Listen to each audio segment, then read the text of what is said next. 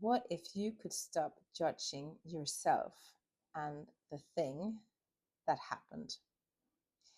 I work a lot with women with birth traumas and who are afraid of giving birth or are afraid of pregnancy.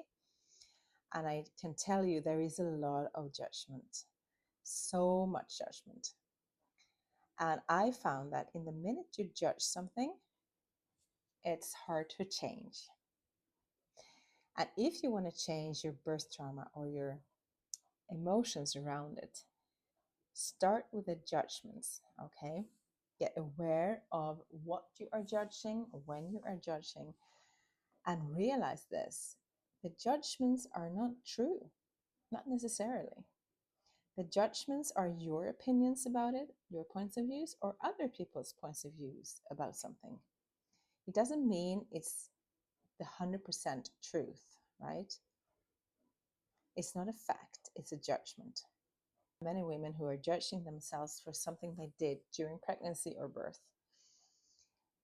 If you can let go of that judgment, it's easier for you to change the way you feel about it.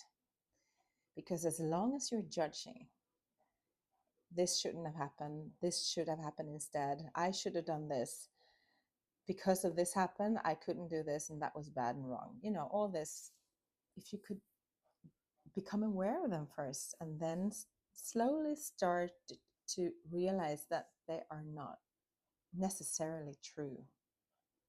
And you have the choice to let them rule how you think about yourself or how you feel about yourself, or just realize they are only judgments. They don't say really anything about you or what happened. They are just judgments.